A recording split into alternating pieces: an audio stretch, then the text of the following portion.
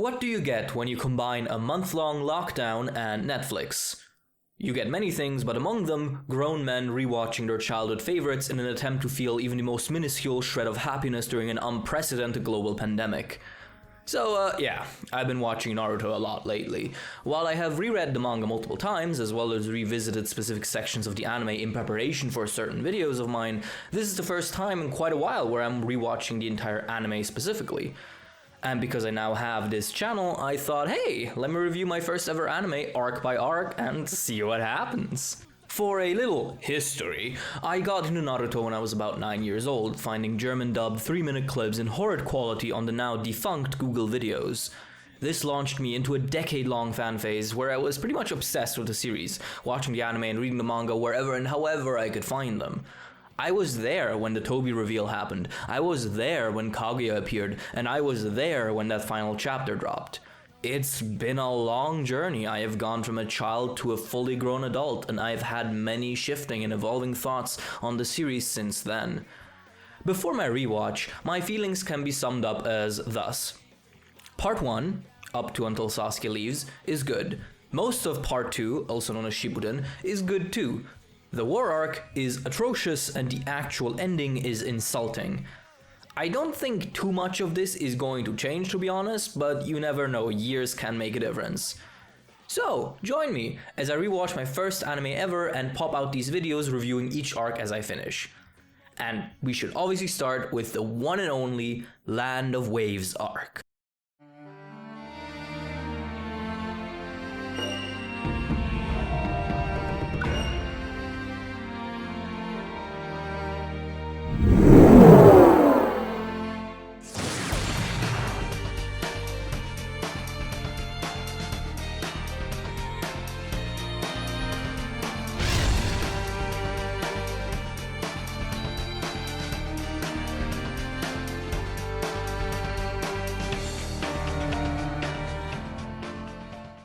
Now, this one is gonna be a bit weird because I did make a dedicated video about this specific arc already, go watch it. But I'm gonna try and not repeat myself too much, since that video mostly focused on interpretation and analysis rather than just straight reviewing. I think when it comes to starting an anime, few things are as classic as that first few episodes of Naruto. Episode 1 gives us an incredibly strong hook with the story of the Nine Tails, the dilemma of Iruka wanting to nurture the child that holds the being that killed his parents, and of course, Naruto himself.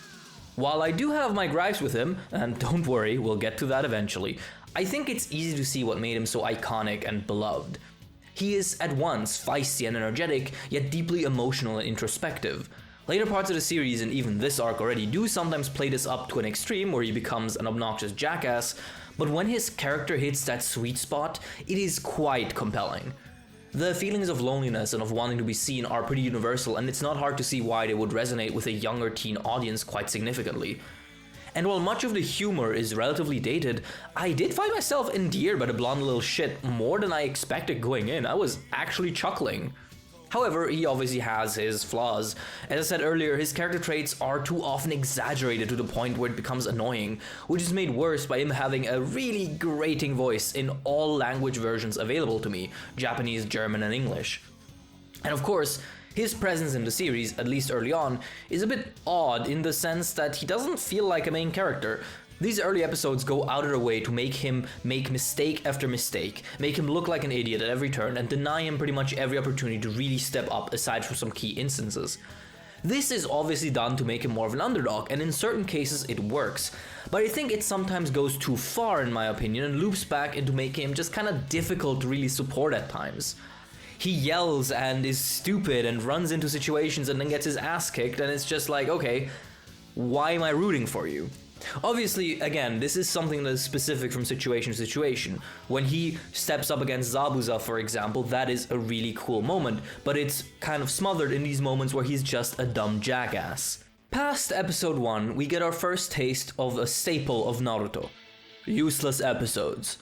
Konohamaru episode? No thanks, we're good. The diarrhea episode? Skipped. Past these though, we get to meet the rest of the main cast, the equally iconic doofuses of Team 7 and their teacher. Sakura is worthless and easily one of the worst things in this entire series. Her motivation is incredibly petty, and compared to the two guys she's sandwiched in between, she feels like a joke character forced into the role of a main support. Her shtick of loving Sasuke and hating Naruto gets obnoxious very quickly, and I will not spend much talking about her, besides asking one question.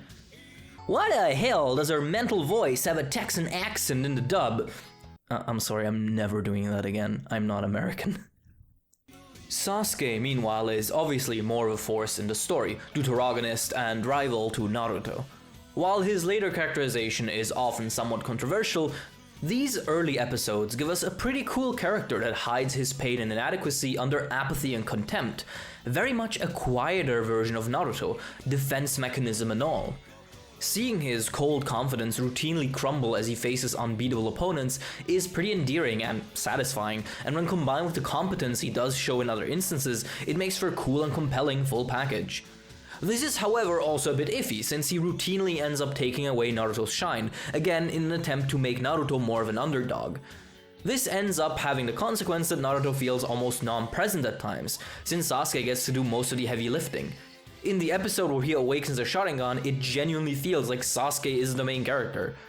Beyond that, something I had completely forgotten about is that Sasuke randomly starting to monologue about his vengeful ambitions to people who have no clue what he's saying is peak comedy, even if it is probably unintentional. And finally, we get to Kakashi, who is easily the highlight in these early episodes. Both in English and in Japanese, he gets great voice actors who bring in a wit and spice to a speech that can be blood-curdlingly threatening one second and gut-bustingly funny the next. A good script in the English version helps accentuate that. Granted, I cannot judge the Japanese script, but this is my review, so. He's mostly used as a measuring stick for both power and experience in these early parts, things constantly being said to be this much stronger, weaker than Kakashi. However, beyond just that, he brings in a notion of maturity to this insane, goofy story. Him looking down at the memorial rock and talking about the short lives of ninja carries a weight with it that no one needs to explain to us. This man has seen some shit and I believe it, and it is incredibly effective. Also, he is responsible for some of the hypest moments in this arc, but we'll get to that. The plot of these early episodes is about as iconic as Naruto gets. The Bell Exam, followed by the mission to accompany a bridge builder, which quickly turns into a life or death gauntlet that raises fundamental questions about the life of ninja as a whole. I don't want to dive too deeply into the excellent villains and their motives in this arc, since I already did that in the other video, go watch it. So let's instead talk a bit about the structure of these events and how they relate to our main cast. The Bell Exams bring up a pretty simple question. Do you really want to be a ninja? Are you ready to do what it takes and carry the consequences? While the team initially manages to muster up a bit of teamwork and ingenuity to answer with a resounding yes by passing Kakashi's test, the events in the Land of Waves reiterate that question in a much darker tone. Are you willing to walk a path that will almost definitely result in the loss of humanity? A path paved with death and suffering, warfare and torture. This question is way harder to answer, and the difficulty of answering it catalyzes our two main characters in different ways. To Naruto, the lives and deaths of Zabuza and Haku represent a worst-case scenario, existences wasted on scraps of appreciation and a humanity lost to the cruelty of the ninja world. This experience motivates him to grow philosophically, to rationalize his dreams and find a way to pursue them without succumbing to the heartlessness of the shinobi lifestyle. In short, to find his ninja way. To Sasuke, the clash with the duo of the Mist is less about what the cruelty of the world means for him as a ninja, but rather what it means for his position in the world and his strength. When faced with the gap in strength between him and Zabuza and Haku, he is forced to realize that his bravado and confidence just ain't gonna cut it. He is still powerless when up against the brutality of the real ninja world. Thus, he resolves himself to grow physically and become strong enough to achieve his ambition, a much darker takeaway from his peer. These two different interpretations of the events by these two characters are made even better by the slowly developing rivalry of the two. While much of the series is dedicated to their bond, this arc shines in showing that bond through implicit and explicit means. Their race to the top of the trees is an excellent vehicle for that relationship, showing their drive, resilience, and also their occasional willingness to communicate and cooperate. Their conversation in the ice prison boiling down to "I hate you" is a bit lame, since it kinda makes all the build-up of the relationship feel pretty meaningless at first, but it's pretty obviously just facades. However, it starts the trend of the story not being able to decide whether they like each other or not, which is an issue that would unfortunately only become more prominent as the series went on. Beyond this arc delivers everything a first arc should. It introduces the world and the power system in a satisfying manner without it being too front-loaded. I love the way the shinobi system is explained in this arc. The way it feels like this sort of paramilitary structure layered on top of the actual government is something that completely flew over my head when I was a kid, but it is actually ingenious. It gives most of the cast a bit of shine, even if Naruto is a bit scarce, and it gives us our first taste of shinobi warfare as well as the classic Naruto feels. Inari's story is moving and surprisingly mature, as is Haku's. One thing though that I wish would have happened is for Sasuke to actually bring in his perspective more often. Inari's story should realistically resonate with him, but he doesn't really remark on it whatsoever, which I feel is a bit of a missed opportunity to develop him further. And of course, Sakura just exists. Her having innately more sophisticated chakra control is appreciated, but she literally doesn't do a single thing in both major encounters in this arc, which is unfortunate. Meanwhile, Kakashi puts in work, easily cementing himself as a cornerstone of the series in both general character and power. Both times, his contributions to the fight are just so well executed, as his actions show us the various intricacies of shinobi combat. The benefit of having a character this experienced in the series this early on is it can show very high level combat at this point without forcing our as of yet baby main cast to grow up too quickly. Lastly, I want to talk about animation, since I am watching the anime specifically. Naruto as a series has the quirk of hosting a large variety of different animators and staff throughout its run, which causes the visual quality and character of the series to vary quite wildly. In the Land of Waves arc, which comprises the first 19 episodes of the anime, this variation isn't felt for the most part, since the first 16 episodes are consistently bad. Barely moving PowerPoint presentations with an absolutely snail pacing, these early eps are your standard average early 2000s anime, relatively inept at holding your attention visually.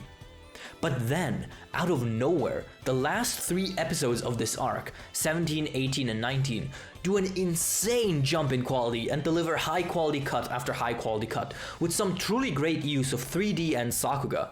It's amazing how this improves the viewing quality almost immediately, as now the actions on screen match the bombast the plot wants them to have. When this clip plays, showing the shockwave after Kakashi's Raikiri hits, I always almost jump out of my seat because it just sells the power and impact so well. This is what good animation can do for a series, and I'm so glad that the final stretch received this extra bit of polish. All in all, the Land of Waves arc is probably one of the best first arcs in shonen. It introduces us to a myriad of cool concepts that both work in their initial state, yet are ripe for expansion. I was surprised at how many things that would later become important parts of Naruto originated here. The rock that has Obito's name on it, the way the ninja system is perceived, it is all there already. And while we now know that Kishimoto had only planned 8 chapters when he started Naruto, it is still incredible to see how cleverly he weaved this in such a way that he could expand it with no effort. This arc develops the characters and sets them on their journeys in a believable and sympathetic way, while also depicting a truly tragic and compelling duo of villains that intrinsically tie into the themes of the arc.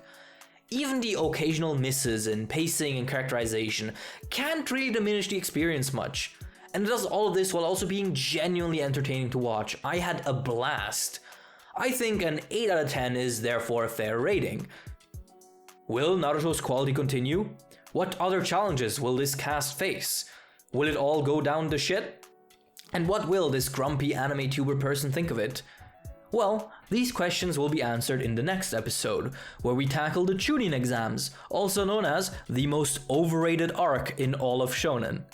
But for now, I hope you enjoyed this little venture into my childhood.